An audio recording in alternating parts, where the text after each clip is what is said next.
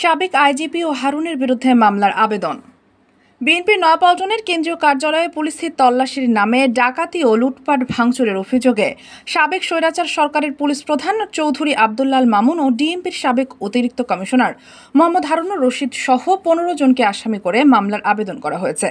বুধবার সকালে বিএনপির নেতাকর্মীদের মামলা ও তথ্য সংগ্রহ কর্মকর্তা মোহাম্মদ সালাউদ্দিন খান পল্টন থানায় মামলার আবেদন করেন। মামলার বাকি আসামিরা ঢাকা মেট্রোপলিটন পুলিশের বিভিন্ন গুরুত্বপূর্ণ পদে দায়িত্ব পালন করছেন।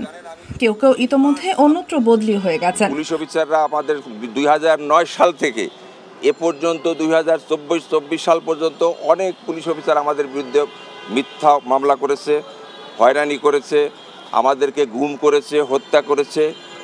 তারপরে সর্বশেষ যে ঘটনা হয়েছে ২২ সালের আমরা দুটো এফআইআর নিয়ে এসেছি। ২০২২ সালের ৭ ডিসেম্বর ও ২০২৪ সালের ১৬ জুলাই দুইবার বিএনপির কেন্দ্রীয় কার্যালয়ে পুলিশ তল্লাশির নামে ডাকাতি, লুটপাট ও ভাঙচুরের অভিযোগে দুটি মামলা হয়েছে। Sheikh Masuma, news desk, ATV সংবাদ।